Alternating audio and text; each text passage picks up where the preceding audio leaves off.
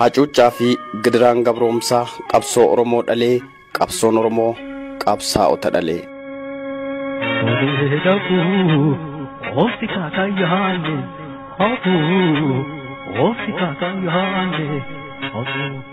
Imalli qabsoo Oromoos dheeratee bara gadaa baay'ee jaarraa tokkoof walakkaatti dhiyaatu lakkoofsise.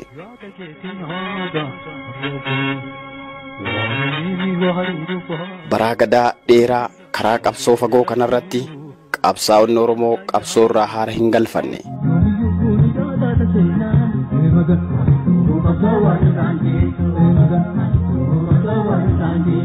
Kaan wareegamaan kaan umriin itti of jibbaatanii ulee qabsoo dhalootaatti dabarsaa uleen waadaa qabsoo bilisummaa Oromoo dhaloota qubee dhaqqabe.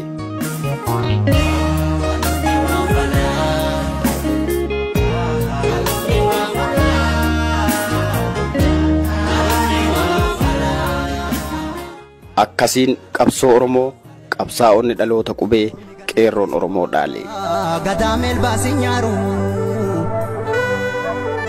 Bibleeroon sarminee rabaaf doorii dhaqabu hankiif jettiidhaan dhuftus dhaloonni qubee kuni sodaa qawwee hin qabu ajjeeseetu dibata du'us gumaasaan nafu. Tooftan gabroonfattoota Oromoo fi Oromiyaa irratti dabareedhaan wal jijjiiruun kun kaan irra hammaachaa dhufuun qabsoo Oromootti gaaza dabaluu malee waan laaffisu hin taane. Nandofa jedhee yoo mafee nallolas jedhee yoo marafe dheerattus karaa nanambe nurrafe garaan narrafiftu diinagee irraa roorriftu akkamii lammeetti calle soorataan kan booree qabu. Oromoon akka hin baranneef yoo barates akka of hin barreef afaan isaatiin barachuun inni hirmii ture yeroo gabaabduu carraa argate keessatti ittiin baratee alagaan qixxaa'e darbeeyyuu ormaafuu abdii ta'e. Imaanaansi harka jira falmaddu dhaloonni qube kanaaf diinni nu mormatti taane dhibe barannee jijjiiramatu diina gube. Qabsoo bara dheeraa bilchaataa dhufe kanatu akka lakkoofsa Itoophiyaatti bara 2006 akka lakkoofsa Awurooppaatti ammoo bara 2014tti tooftaa shiraan alagaa harka Finfinnee keessaan Oromiyaa xiqqeessuuf dhufe dhaloonni qaroon bara ammaa dinne jechuun ibiddi qabsoo qabatee ture laboobaa ta'e.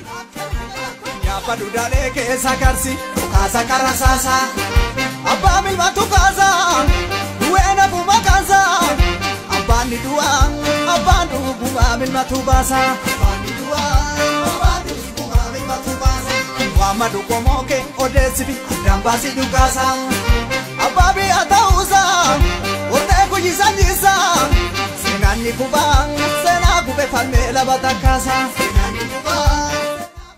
Dhugaa fi dharris wal foo'uutti ka'ee inni gaara duubatti waa arguu danda'u keessaa fi alaanis wal ta'ee diddaan maastar pilaanii sun sabboontota sirna mootummaa keessatti hojjetan keessaan ol baase.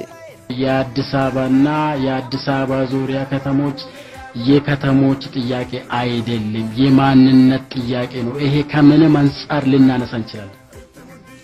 ስለማንነት ስናወራ ደግሞ መሰረታዊ መስመር ይዘን አዲስ አበባንና አዲስ አበባ ዙሪያ ያሉ ከተሞችን ሊያቅፍ የሚችል ሊያሳድግ የሚችል የኦሮሞን መብት ሊያስከብር በሚችል ማንነቱን ፖለቲካውን ታሪኩን ሊረሳ በማይችል dhimmi Finfinnee fi magaalota godina addaa Oromiyaa naannoo Finfinnee waa'ee magaalotaa miti gaaffeenyummaati. Kanaafuu kallattii kamiinuu kaasuu dandeenya. Waa'ee eenyummaa yoo kaasnu ammoo pilaanichi bifa mirga saba Oromoo kabachiiseen eenyummaa seenaa fi siyaasa hawaasichaa osoo hin dagachiisin kan hojiirra ooluu ta'uu qaba. Guddinni magaalaa Finfinnee eessaa ka'ee akka ga'e sirriitti beekna. Kanaaf pilaanichi heera mootummaa bu'uureffatee ka'uutu irra ture jechaa kan jirru. Finfinnee fi Oromiyaa qonnaan bulaa of keessaa dhiibaa guddatan osoo hin taane kan qonnaan bulaa fi ilmaansaa of keessatti hammatanii guddatan barbaanna. Pilaanii hawaasnii fi mootummaan naannichaa amananii fudhatan malee kan qaamni tokko diriirsee kan biraan ammoo hojiirra oolchu ta'uu hin qabu. አርሶ አደሮችን ወደ ውጭ እየገፋ የሚያድግ አዲስ አበባ የሚያድግ ኦሮሚያ አይፈልግም። ፐርሰናሊ አልፈልግም። አርሶ አደሩ ነው ይዞ ማደግ ያለበት።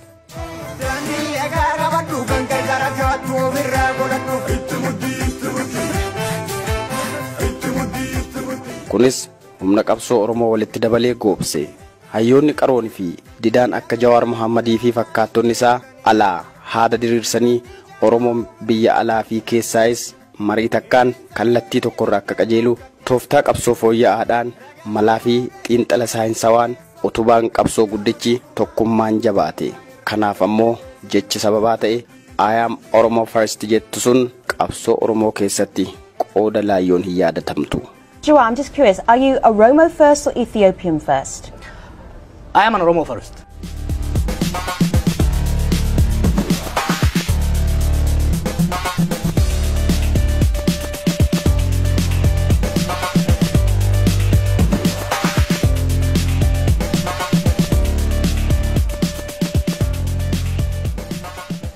It has created Oromophobia. Whenever there is Oromophobia? It has created Oromophobia, whereby I've got Oromophobia from the website. Actually, if you ask ordinary Ethiopian, when the name Oromo comes up, all they hear is about disintegration of the country, war, Right. and others. Oromo is not. Oromo is about peace. Oromo is about freedom. Oromo is about political and economic. and opportunity. Oromos love to chat, and we're going to wrap it up there. But do you have Oromophobia, Malika? I don't. Not yet. Not yet. Anyway.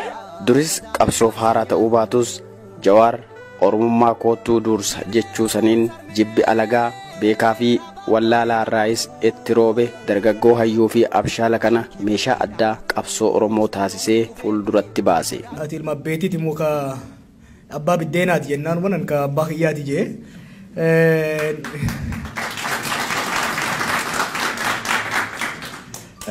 Sanboota gaa eega jarrinu dubbiti jiran immoo dubbitan ol guddifnee eeggaa socho'u jirra.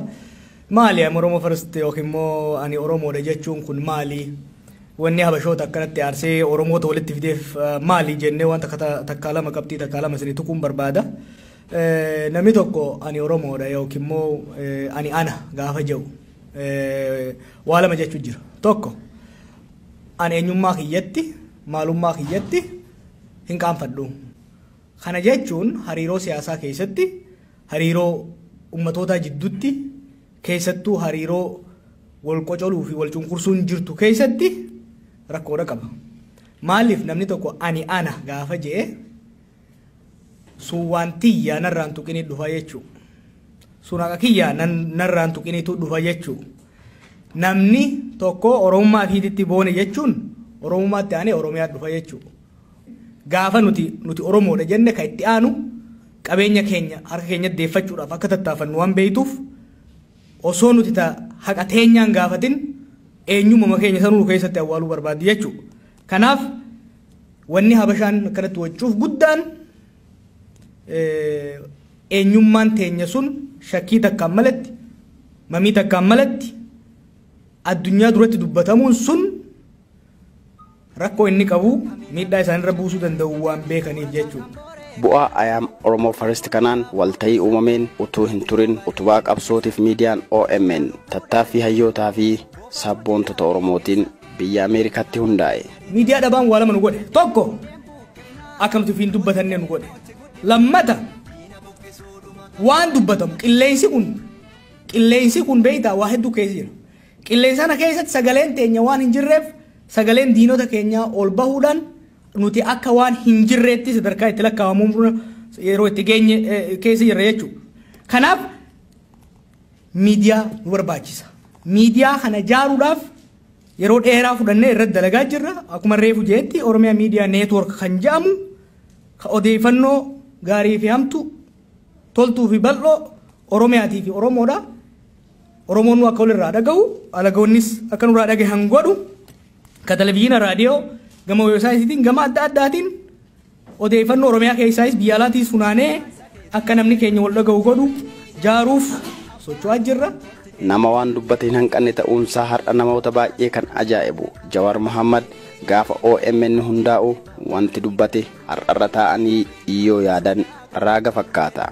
Ammatti olaantummaa ilmaan nafxanyaadhaa gama miidiyaatiin irratti uummata cabsuudhaaf halkan tokko rafnu jennee hin rafne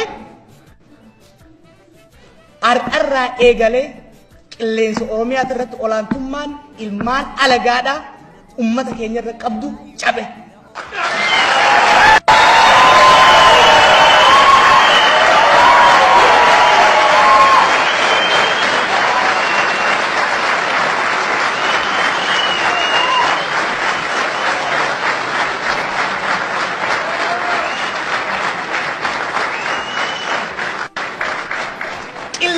Oromiyaadha bilisoomsine.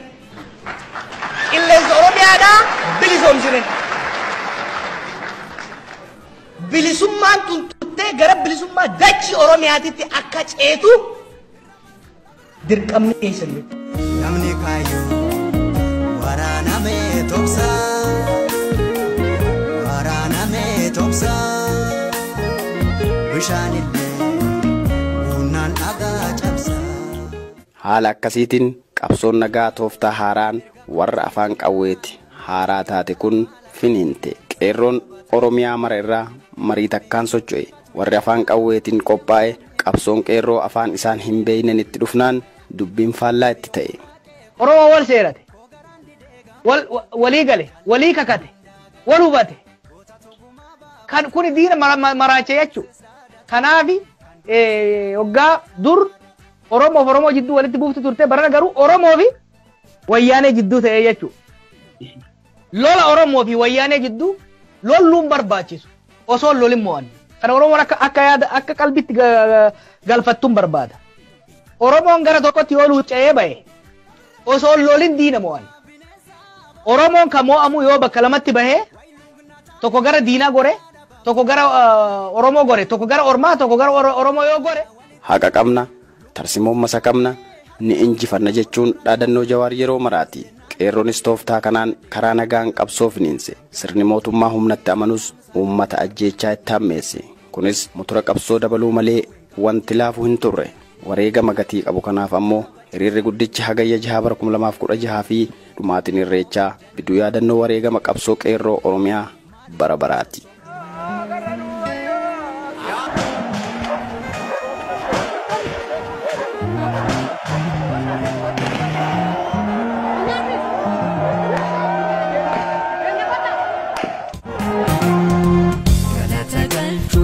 Malka oma bune nagasina manne galabiyotane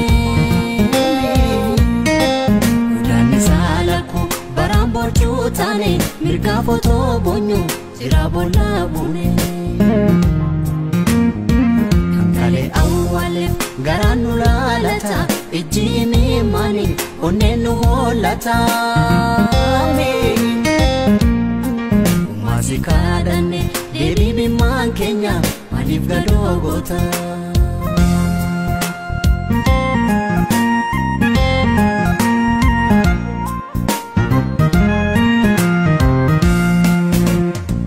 Kana marajete namaf garalafa namni nama nane ajese tu kolfa Imbonyuru gaha barambo hanablu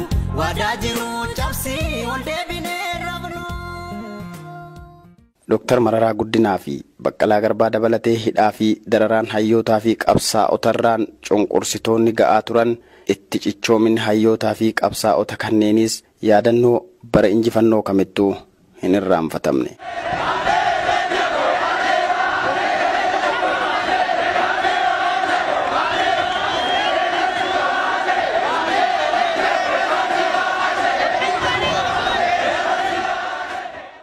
Namootumti firoomaa fi hiriyummaa na waliin qaban illee dhufanii na dubbisuuf illee sodaachaa turani. Karaa irratti illee yeroo nu argan baay'een isaanii karaa jijjiirratanii nu dubbisuu illee sodaatanii ebalutu dubbisee maaliif dubbisee isa jedhamu dubbii nutti fida jedhanii sababii sodaatanii namootumti karaa jijjiirrataniiti nu baqatu turanii.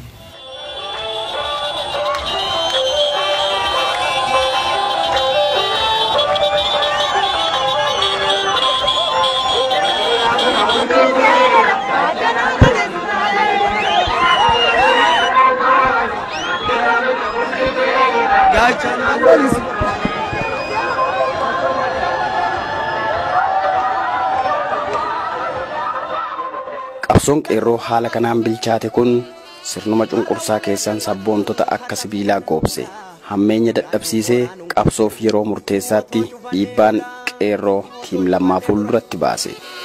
Addeessaan biiftuu jedhaanuun jecha turte jarri biiftuun hin baatu seetaa waan baay'ee fida barri mariyataan malan dhabuu mariin baroo marannaa burqaati koo arganne gamtaa malkaa godhanna imimmaan xururfattee boohuu ture qoonni kee kanarraan boossu ayyoo jabaatte jiboonni kee. Humni jijjiiramaa dhaadhiyoo keessan ba'e yeroo murteessaa fuulduratti dhufanitti shiratti mataa jabaachuun sodaa diina keessa taa'anii cabsuun seenan gootummaa raawwatan seenaa injifannoo Oromoo keessatti waan dagatamu miti. Sagal taanee hojii raawwachiistuu keessatti hirmaan garaagarummaan keenya inni kaan sagal ta'ee dhufe maaliif nu mo'ate nuti maaliif mo'amne sagal taanee kaan waan hojjetuu fi akkatti hojjetu ganamaa galgala dhimmamee hin hojjetu yeroo tokkoof hin dagatu halkanii guyyaa waan dhimma isaarratti itti gaafatamu fudhate irratti eetuun dagatiin hojjetu nuti xinnoo yoo hojjenne immoo baay'ee gammanna xinnoo hojjenneef baay'ee boqonna. ሁለት ምርጫ የለም ያለን ምርጫ መደመር ብቻ ያለን ምርጫ አንድ መሆን ብቻ መተጋገዝ መደጋገፍ ብቻ ሳይሆን በጋራ ለመኖር መደመር ነው ሁለተኛው ምርጫ መጠፋፋት ለማንም ጤነኛ ሰው ምርጫ ሊሆን አይችልም አን ዋን ፋይዳ ኡመት ኦሮሞዳ ዱበዴዳ ከሙፈቱ ሚቲቲ አባን በርባዴ ከረፈደ ታገለገለ ይሰፉደዱ ጀዳ ይወተ ani maabara dhuguudhaan miti yookiin sabala gabareelee cuwwaa fudhachuudhaan miti kan amma kanatti makame. Uummata kanaaf qabsoofna jennee erga dhaabbanneeti. We have to protect the interest of these people. Sanaaf hojjechuu. Wayyaanee achi gargaaranii haasawaa sodaataniif Oromoo kaaniin dhibbaa kaaniin maalii kan jechaa turan. Har'a laala lammaffaa they are confident in what they are doing because they are confident. And because they know the government, ummata dura dhaabatanii ija dhiibanii dubbatan. That is quality leadership. Nu kana goone immoo lakkin ta'u kan nuun jedhe meeqa kan nurratti qabsaa'u kan nu waliin qabsaa'u bakkee kan jiru miti bar kan nu keessa jiru asu meeqatu nurratti daba hojjetaa jira meeqatu hojii keenya nu jala balleessaa jira kana qabsoo keenyaan clear godhuun nurra jira dhaabni kun yoo cime mootummaan naannoo Oromiyaa yoo cime yoonitiin biyya kana biyyi kunis kan ishee cimuu dandeessu baruu qabni kaanis waan intrastii uummata kanaaf wannoo biraan qabnu hojjechuudhaaf wannoo ibnuudhaaf inni kan hamaan ija hamaan nu laaluun qabu inni nu keessa jirus inni ala jirus abbaan barbaade immoo ija diimeffachuu miti dhiiga haa boora'u faayidaa uummata kanaaf nutu dura bu'ee qabsaa'uu qabu eegsisuu qabu.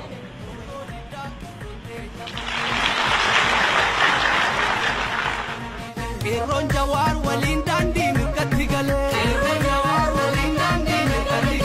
Karaa biyyi lammaa magarsaa suutuma suuta qabsoo ofiitti dabalee. Akkasiin qabsoon Oromoo baroota dheeraa booda laafaa ka'aa bubbule sun dhaloota qubeetiin tooftaa karaa nagaatiin yeroo waggoota 4 hin caalle keessatti sirna qawwee harka kennachiisee kunoo bara araaraa kana fide.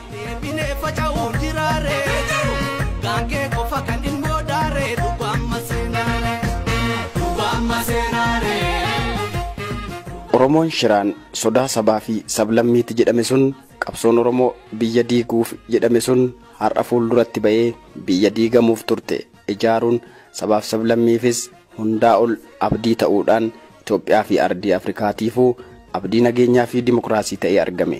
Bara injifannoo qeerrootti kan duraan waan mirga isaa gaafateef biyyaa ari'ameefis dhugaan deebitee kan shiraan biyyaa dhiibames araara fi dhiifamaan lammii wal argee firri addaan citee ture walitti fayyee qabsoon Oromoo araaramaa fi dhiifamaan qabbana biyyaa fide. Injifannoon qabsoo qeerroo maal hin araarsin biyyaa fi biyya paartii fi paartii hanga namoota dhuunfaatti araara buuse.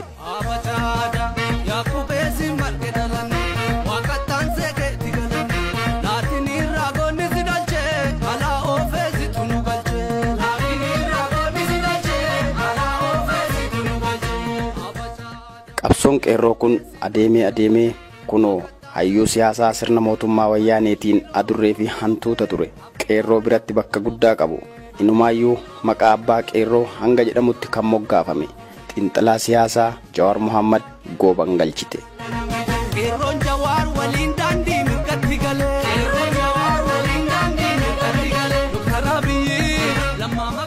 gaafa dhufa isaa yaadannoo hiriira guddichaa sochii qeerroo bara 2016 yaadachuudhaaf walirratti injifannoodhaan hagayya bara 2018tti galma miliineemitti qeerroodhaan simannaan gootaa akka isaan malutti qophaa'eefi.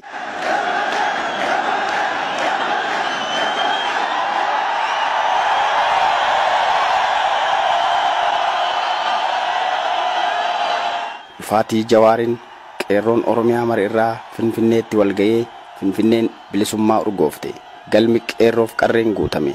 Qeerroo fi qarreen alaabaa Oromoon jaallatuun akkasitti faayamee hayyuu isaanii duraan fageenyarraa foddaa TV fi ergaa Feesbuukiitiin qofa qunnaman qaamaan arguuf walga'anii eegaa jiru. Jawaaris galma qeerroo fi qarreen hawwinitti eegaa jiran galma barkumee ga'e. Yoo kana gammachuun qeerroo fi qarree akkas ture.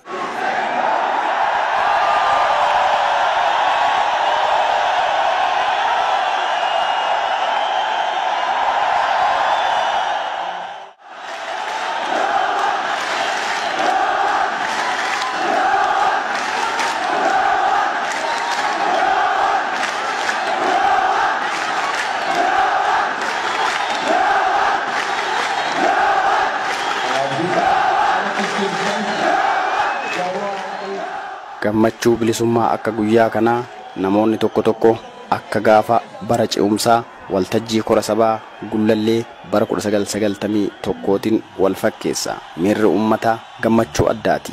Weellisaa Qamar Yuusuf waltajjii fudhatee teessoo nagaa fannaan jedheen Oromiyaa dhiiga lafee kiyyaa biyya abbaa kiyyaa itti fufee an ilmi kee kunoo Jawaar kee dhufee Finfinneen jira jecha miira gammachuu ture irratti dhandhama bilisummaatiin galmi daaqe.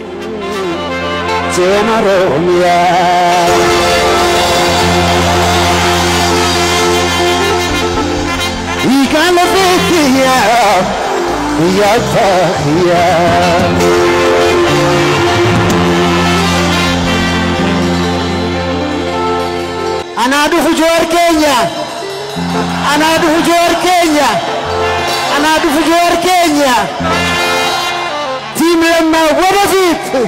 Garafudra, Esona Gafanan, Generomia.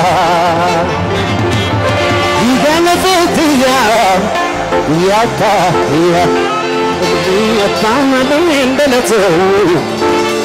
Yang kepak nabosif onetia serutia nafas romia romia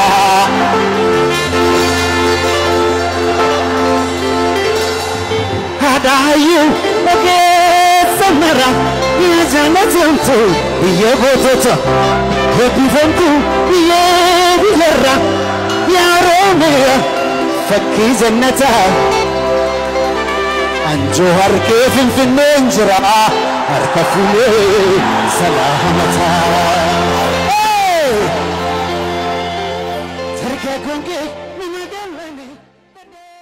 Hayyoota Jawaar wajjin utubaa qabsoo qeerroo duuban jiran keessaa Profeesar Isqeel Gabbisaa uummata kanaa waliin haasa'uu lafaa ka'e. Gammachuu haala galmicha keessatti argeerraa kan ka'e hanga ka'e mara hanqatee gammachuudhuma ibsatee deebi'e. Jirtu boli qeerroo guyyaa ajaa'ibaa guyyaa nama dinqisiisu gaafa President Lammaadhaa fi Jawaar Mohaammed wal bukkee ta'an gaafa OMN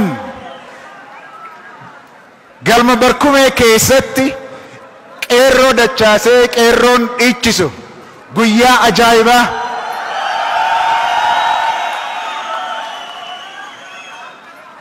OMN ergii jalqabee hojii jalqabeetii booda qilleensa Oromiyaa jalqaba bilisoomsee qeerroon dachii Oromiyaa bilisoomsee OMN'if qeerroon guyyaa walitti dhufe guyyaa ajaa'ibaa kana keessatti argamu kootiif qeerroo Oromiyaa kan sirna abbaa irree caccabsee biyya nagaa, karaa nagaa, karaa demokraasii, karaa walqixxummaa akka deemnuuf, jaalala ummataaf ummata gidduutti akka uumnuuf kan karaa baneef qeerroo Oromiyaa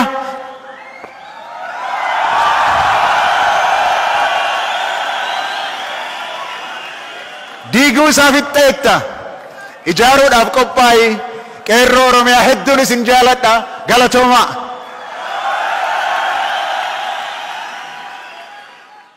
Miidiyaa qofa osoo hin ta'in akka qabsaa'attis ilaalamu OMNs Finfinneetti galuun simannaa kana miira injifannoo dachaan biyya macheesse.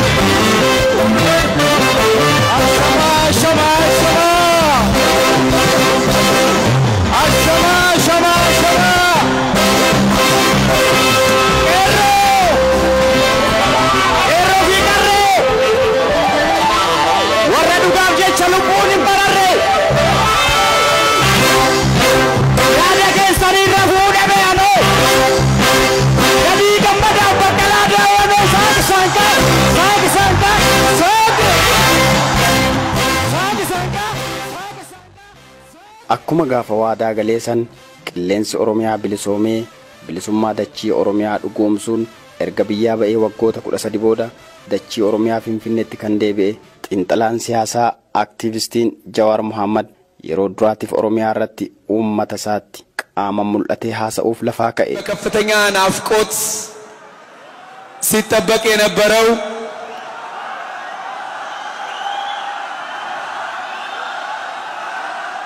activist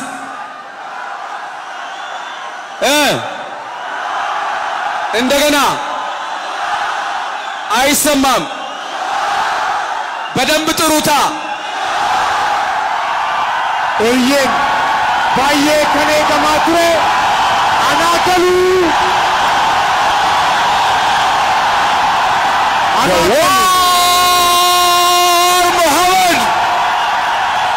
anaakalu jechuuf kan eegaa turre Jawaar Mohammad በከፍተኛ የኃላፊነት ስሜት ኢትዮጵያችን እንዳትጎዳ በስስት ኢትዮጵያችን እንዳትጎዳ በስስት ካለንበት አስቸጋሪ ሁኔታ ውስጥ ተያይዘን እንድንወጣ Jawaar Mohammad, I am greatly honored once again to call upon Ethiopian activist icon, political analyst, director of Oromia Media Network, Jawaar Mohammad, to make his speech. Director Oromia Media Network, Jawaar Mohammad. Kero! Kero! Kare! Kero! Asgenya!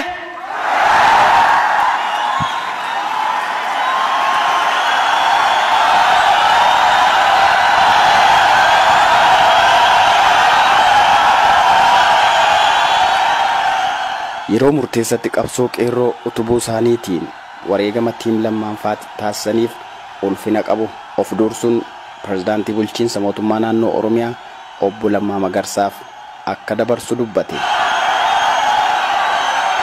Ilmaan Oromoo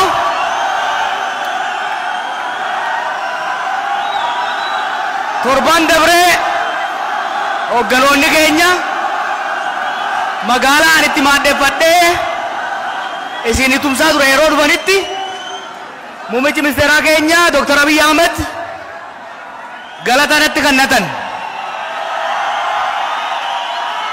Qotusullee osoo hin ta'ee jiru xiqqoo qaamaan waan irra yabbuu ta'eef dursa waan naa kennaniif ani immoo har'a hangafni keenya pirezidantiin keenya obbo Lammaa Magarsaa na dura osoo dubbatiin dubbatu jechuudhaan ida Abiy Ahmed na bira kaayate isaatti dabarsuun barbaada. President Lammaa Magarsaa eega waliin dhaggeeffanne boodan walitti deebi'a. President Lammaa gamana nuu dhiyaadhu.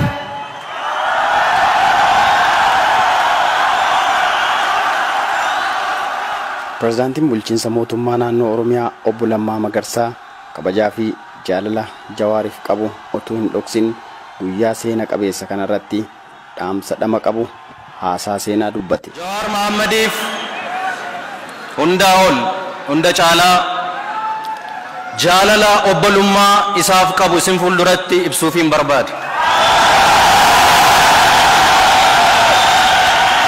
Akkasumas OMN'n qabsaa saba Oromooti miidiyaa qofa miti. Kanaaf injifannoo argachuun olitti injifannoo bulfachuun injifannoo kunuunfachuun injifannoo gabbifachuun qabsoo guddaa gaafata. Kanaafiyyuu qeerroon raayyaa saba Oromoo dhaamsi guddaan har'a isinii dhaamu kalees gabrummaa jibbuudhaan nuti cancala nutti liugamamee ture afaan keenya keessaa baasuudhaaf diddaadhaan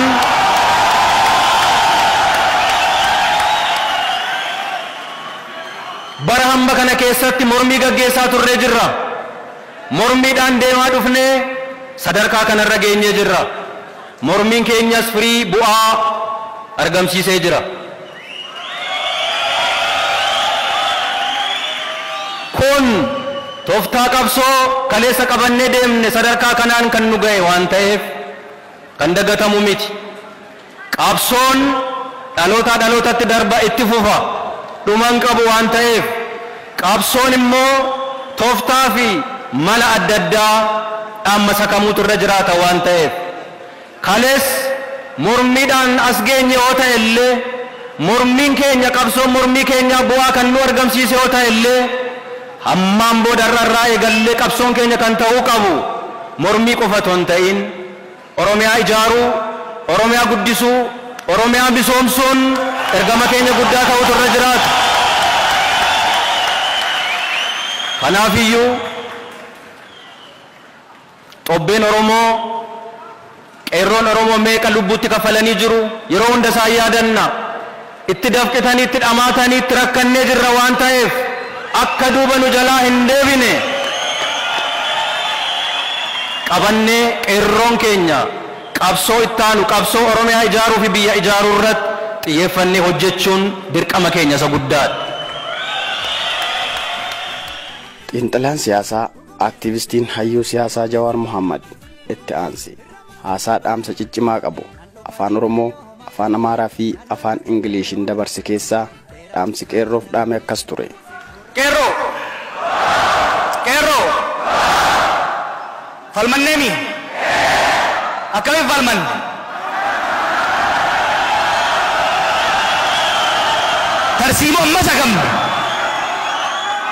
tarsiimoo amma sagamne tokkummaan qabsoomne kanaaf injifanne.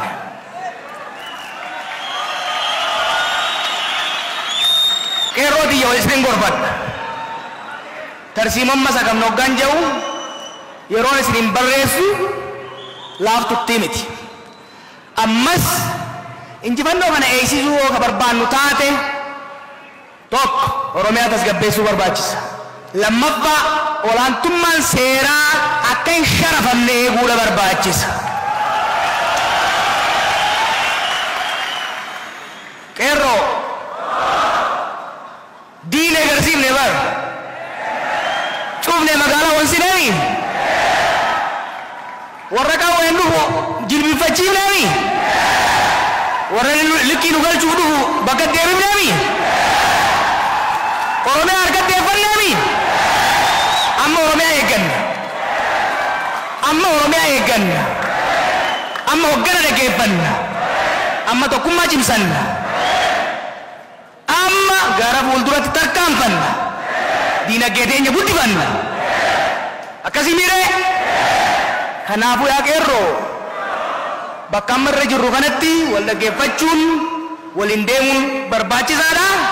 Akkuma kaleessa hin danda'an hoggaa jiran dandeessanii garsiiftan tokkummaan qaban jiran tokkummaadhaan garsiiftan.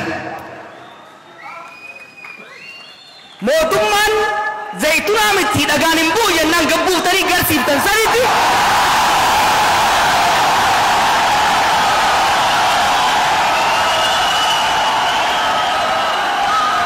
Har'a diinni maal jabeeytu?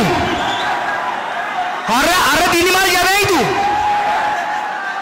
Hoogganni Oromoo biyya bulchuu hin danda'u, wal bulchuu hin danda'u jaa. Dhugaadha? Dhugaadha? Akkamiin itti garsiifne? Hojiidhaan itti garsiifne? Har'a diinni Oromoo, qeerroon Oromoo waa diiguu malee waa ijaaruu hin danda'u jaa. Dhugaadha? Dhugaadha? Akkamiin itti garsiifne? Naamusa cimsuudhaan itti garsiifne.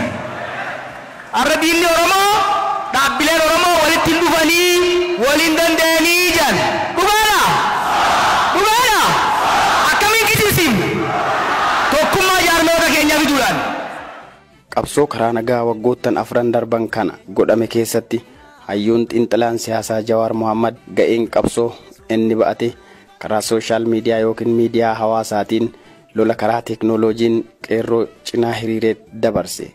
Meeshaa kana dabarsee kennuun isaaf akka hidhannoo hiikkachuuti. Taateen koompitara isaa bara qabsoo isaa keessa ittiin qabsaa'aa dabarse. Pirezidaantii bulchiinsa mootummaa naannoo Oromiyaa obbo Lammaa Magarsaatiif kennuun taatee addaatii fi itti gaafatamummaa isaan lamaanuu waliif kennan. Akkasumas kana booda obbo Jawaar qabsoon Oromoo qabsaa'urraa gara sadarkaa biraatti ce'uu waan akeekuutu raawwatame. Kunoo akkasiin ture. Kun jaala keessa ka qabsooti. Kompiitaraan bara Oromoo First bitee OMN ittiin jaarree odeeffannoo keessa hunda ittiin dabarsaa turedha. Har'a waldaansoo san injifannoodhaan xumurree biyyattis waan galleef anis nama nagayaa ta'uu kiyya mirkaneessuu waan hin barbaaduuf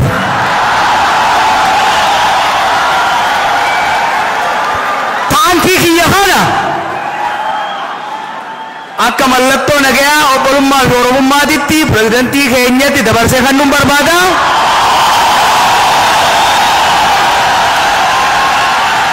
Akka inni na waakkanne immoo abbaan gadaa dhufee narraa fuudhee akka kan nuti hin gaafadha. Abbaa gadaa bayyanaa hootti.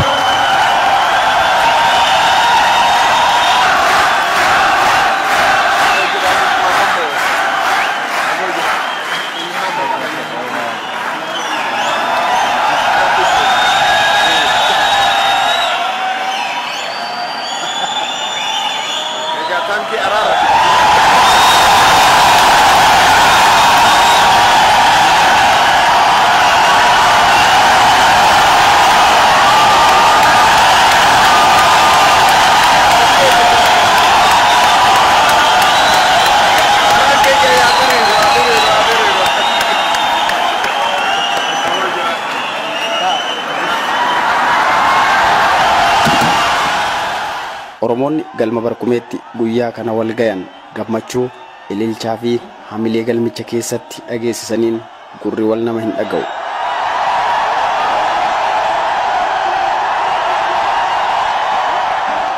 Miira bilisummaati, fuula ifaadha, kolfaa fi boo'icha miira wal keessoo keessummeessaa jira galmichi.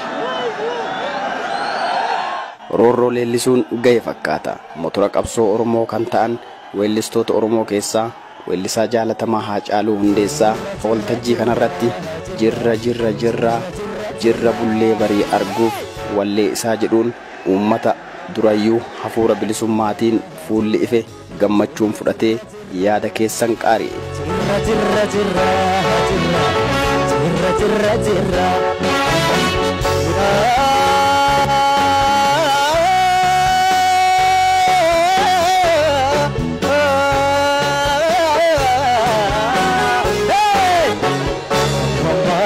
Mammo absisa uumamni seera uumaa dabse bara kanarraa jaka erga buqqeen nagaa cabse mamma kana mamma absisa raaji bara kana yaa jabaa onna keessa teesse boolla tokko haala baashii ilmoo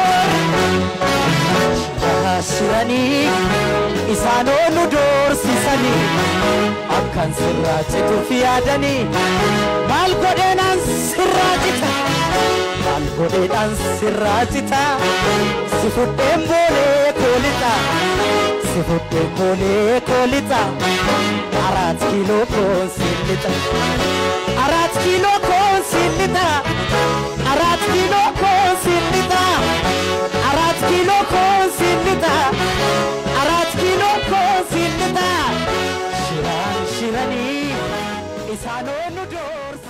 Weellistoonni bara qabsoo kana qeerroodhaaf motora ta'an baay'eenis waltajjii kanarratti ummata waliin qabsaa'aa turan kana waliin gammachuu bu'aa bilisummaa dabarsaniiru. Walumaa galatti ummata bu'aa ifaajee qabsoo ofii arguun gammachuun machaa'e kanas yaada qaban keessa deemnee irraa fuunee jirra. Yaada isaanii hordofaatii anis qophicha kanumaan xumuraa horaa bulaa.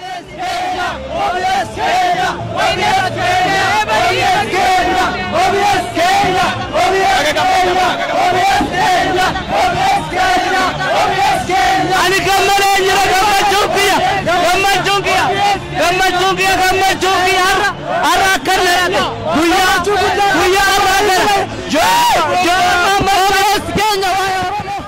nama miidiyaa kana irra diishii gubbaa buusaa turte aman dura garuu amma rabbiin galanni haa ga'u amma ifa baay'irra tokko taa'eerra rabbi ammas tokko ne godhe kun bilisummaa argee ammas walitti qabannee tokko taanee qeerroo waliin taanee bakka guddaa akka rabbi nu geessu ammallee abdii qaba rabbi walitti tokko nu haa godhu jedhama yaada keessa. Baay'ee nama gammachiisa waan kana dura hin argini baay'ee nama gammachiisa. Beeytaa kanan dura. Dhufee hin beeku yeroo awwaalaatiif dhufe.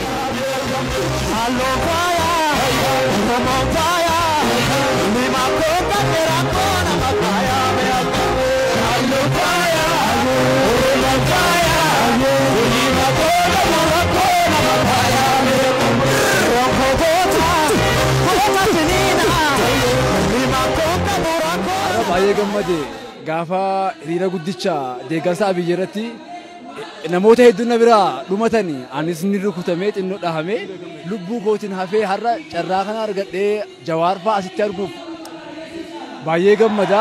Qeerroo na biraa dhumataniif qeerroo qabsoo Oromoo irratti wareegamaniif gadda guddaa sunatti dhagahama. Sanyiin isaanii haa bilisoomtu ni bilisoomnas bilisoomnee jirras ni bilisoomna gammachuu guddaan qaba. Abbaa keenya akka diinaatti eegaa hin turan argachuudhaaf baay'ee gammadee bilisoomneerra ammas ni bilisoomna. Gammachuu Jawaar baay'ee na dhagahama kan dhufe argarraa baay'ee takka gammadee haalan hin gammadu.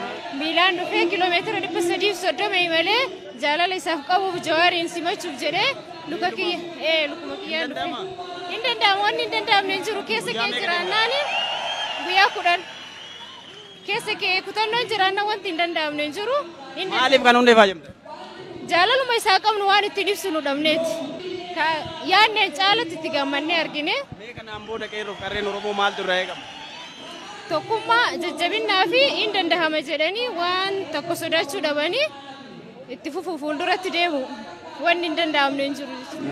Anis miilumaan dhufe kan kaane godina Baalee magaalaa Roobee irraa kaanee guyyaa 10 deemnee as geenne dadhabbii sunillee homaa nutti fakkaanne amma maaliifi wanni asitti arganne gammachuu sanii olii waan ta'eef deemsi lukaan deemne sun homaa nutti fakkaataa jiru garuu luyitti keenya dhiitee jira yeroo kanatti luyitti keenya dhiiteeyyuu dhukkubni sun nutti dhaga'amaa jiru maaliifi nu tokkoffaa Oromoo Maccaan Tuulamaa asiin dura seenaa Hajaa Adamsaa Iddootii fi seenaa Taaddasaa Birruu irratti miilaan deemanii xalayaa isaan liqimsan sun miilaan deemanii xalayaa san geessuuf odoo deeman dabarsan nutis kaayoo san dandeennaa nu ka jedhu laaluuf miilaan jalqabnee inni lammaffaa ammoo kaayoon Jawaarii kabajaa qabnuu fi kabajni isaa qabnuu fi inni nama akkam akka ta'e Oromoon bakka akkam akka isaa qabu agarsiisuuf miilaan imala kana eegallee garuu akkasittuu taanee dadhabbii sun odoo nuti hin dhagamin gammachuudhaan qophii kanarratti hirmaataa jirrudha. Harargee bahaa magaalaa Hararraa hin dhufe. Baay'ee nama gammachiisa. Jawaar kan duratti Facebook irratti dhukachee alaalaa turre kunoo ammoo nu jidduutti argama as jidduutti isa gaa garree isa daawwannu gammachuu guddoon nutti dhaga'ama. Dadhabbii fi wanni takka illee namatti hin dhaga'amtu gammachuu baay'eetu nutti dhaga'ame jira. baay'ee gammannee jirra. Haalli dimokiraasii biyya keenya keessa jiru haala kanaan yoo itti fufe gara fuulduraatitti abdii guddaa horannee jirra. Nuyyuu warra biyya alaa deemuuf kaaneetu warra dhimma kana asitti hafne baay'ee galatoomaa isin jaalladha. Fuulduratti. Qeerroo fuulduratti.